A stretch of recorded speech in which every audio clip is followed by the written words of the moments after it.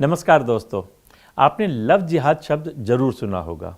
अभी हाल ही में आफताब अमीन नाम के लड़के ने श्रद्धा नाम की लड़की की निर्मम हत्या की। आरी से उसके 35 टुकड़े करके फ्रिज में रखा और फिर 2 महीने तक एक एक करके महरौली के जंगल में फेंक दिया ताकि जानवर उसे खा लें। ऐसी वैशी हरकत के लिए उसे ये संस्कार और प्रेरणा कहाँ से मिली होगी कहने की ज़रूरत नहीं है। इस तरह की कोई पहली घटना नहीं है।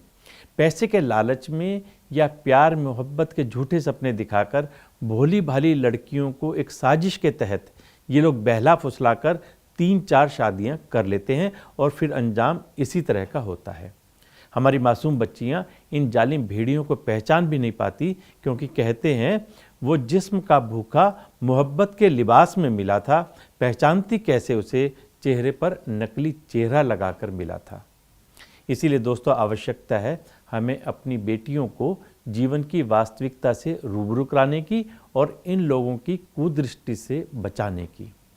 मुगल कालीन समय में महिलाओं के लिए घूंघट प्रथा और बाल विवाह इसीलिए शुरू हुई थी क्योंकि ये जालिम सुंदर लड़कियों पर बुरी नज़र रखते थे और उनसे बचने का यही तरीका होता था।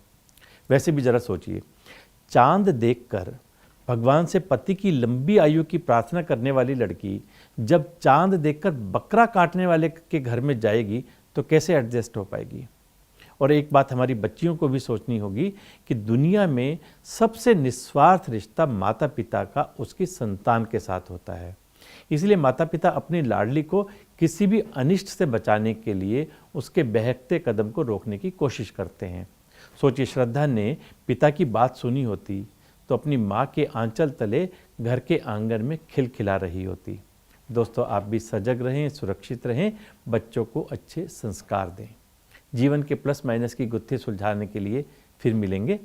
नमस्कार।